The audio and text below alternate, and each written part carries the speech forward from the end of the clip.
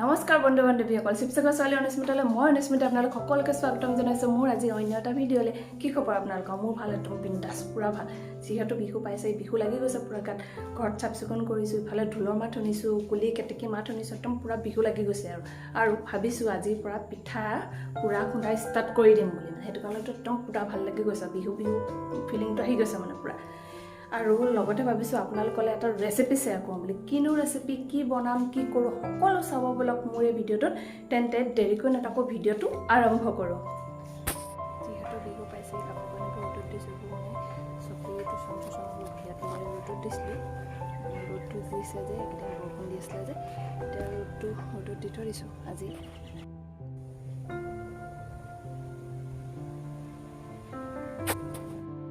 ৰেচিপিটো বনাবৰ কাৰণে লাগিব আলু ডাঙৰ ডাঙৰ দুটা হ'লে হ'ব মোৰ সৰু আলু আছিলে কাৰণে ডাঙৰ নহয় কাৰণে তিনিটা আলু দিছোঁ ইয়াত তাৰপিছত ইয়াত লৈছোঁ অলপমান মচুৰ দাইল তিয়াই থৈ দিছিলোঁ দাইলখিনি 10 মিনিটমান তিয়াই পিনি থৈ দিছিলোঁ তাৰপিছত এতিয়া ভালকৈ ধুই পিনি লৈছোঁ তাৰপিছত লৈছোঁ জলকীয়া 5টা লৈছোঁ এনেকৈ পিঁয়াজ এটা মিডিয়াম চাইজৰ আৰু এয়া হৈছে ৰচুন আদাৰ পেষ্ট আৰু এয়া মেইন হৈছে ৰেচিপিটোৰ মটৰ কেঁচা মটৰ দেই এনেকৈ চিৰা মটৰটো যে সেইটো হয় মটৰ হয়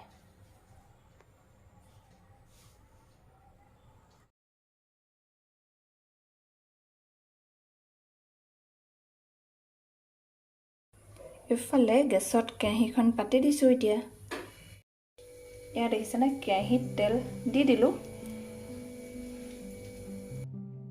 তেলত আলুখিনি দি দিলোঁ যিহেতু দেখাব নহ'ল প্ৰথমতে মানে আলুখিনি ফ্ৰাই কৰি ল'ম আলুখিনি ফ্ৰাই কৰিলে যিহেতু মটৰ মানে পটককৈ সিজি যাব নহ'লে আলুখিনি সিজিবলৈ দেৰি হ'ব মটৰখিনি একদম ভাজি নাইকিয়া হৈ যাব মানে আলুখিনি প্ৰথমতে ফ্ৰাই কৰি লৈছোঁ আলুখিনি 70-80% সিজিলে হৈ যাব 20-30% মান থাকিলে একো নাই বাৰু পিছত সিজি যাব এইখিনি 60-70% মান সিজি গ'লে তাৰপিছত নমাই থ'ব পাৰিম ফ্ৰাই কৰি এতিয়া আলুখিনি সিজি গ'ল ইমানখিনি যিমানটো জোখত লাগে এতিয়া আলুখিনি তেলৰ পৰা টুকি ল'ম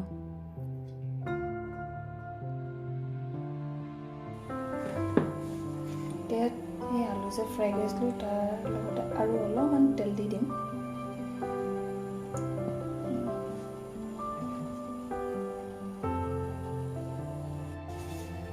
তেলখিনি গৰম হৈ গ'ল ইয়াত এতিয়া কাটি থৈ দিয়া পিঁয়াজখিনি দি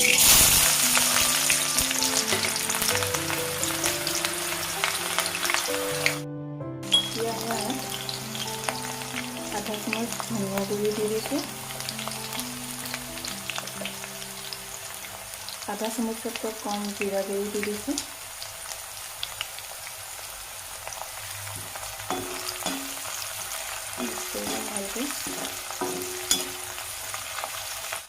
এতিয়া ইয়াত মচুৰ দাইলখিনি দি দিম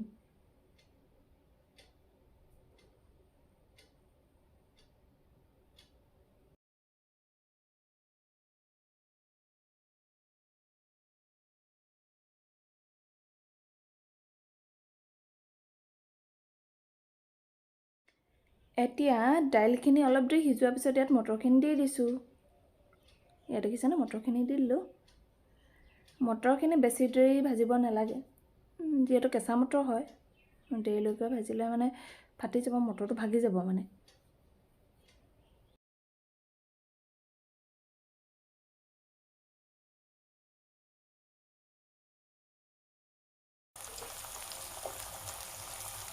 ইয়াত এতিয়া এইখিনি পেষ্টখিনি দিম মই হাতেই দি দিছোঁ দেই ৰচুন আদাৰ পেষ্টখিনি দি দিছোঁ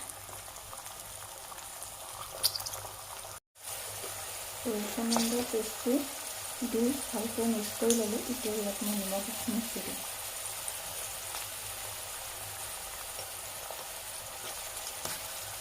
হালধি দিছোঁ আন্দাজমতে দি দিব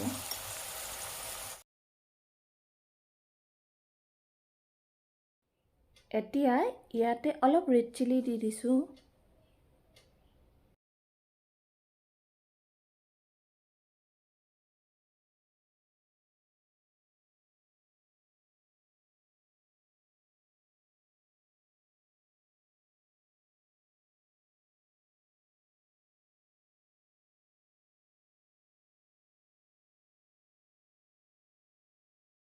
নিমখ হালধিখিনি মিক্স কৰি এতিয়া ইয়াত দি দিম এই ফ্ৰাই কৰি থৈ দিয়া আলুখিনি। আলুকেইডোখৰ দি দিছোঁ ইয়াত।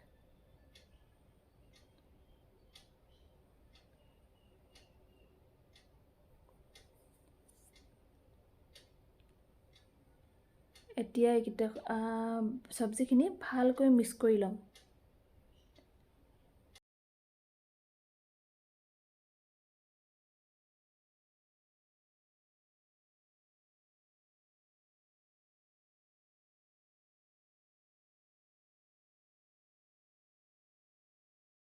এতিয়া ভাজিখিনি ভালকৈ মিক্স কৰি ল'লোঁ। তাৰপিছত এতিয়া ইয়াত এইখিনি উতলাই থৈ দিয়া গৰম পানীখিনি ইয়াত দি দিছোঁ।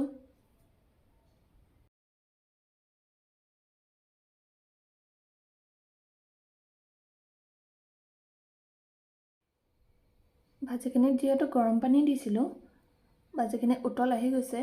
এতিয়া অলপমান লৰাই দিম। লৰাই পিনি মই এতিয়া ইয়াত সিজিবৰ কাৰণে ঢাকনখন দি দিম।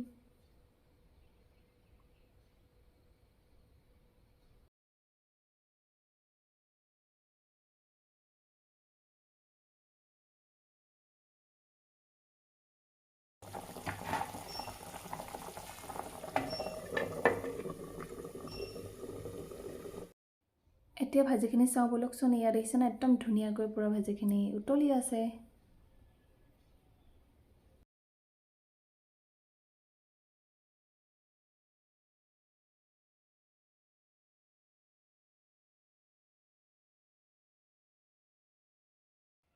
ঢাকনখন দি থৈ দিম এতিয়া 10 মিনিটৰ কাৰণে। ঢাকনখন দি এনেকৈ সিজিব দিম।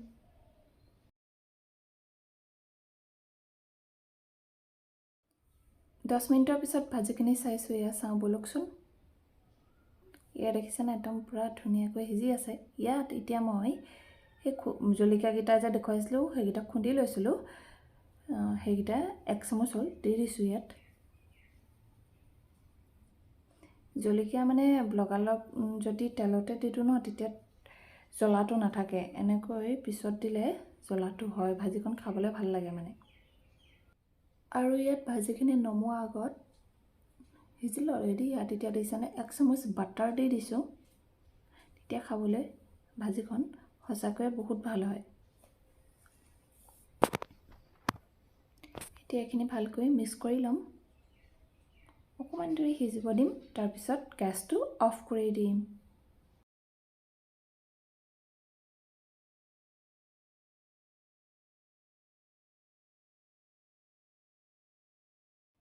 এতিয়া চাম ভাজিখিনি ইয়াত দিছেনে পুৰা সিজি গ'ল। ভাজিখিনি হৈ গ'ল। এতিয়া গেছটো অফ কৰি দিওঁ।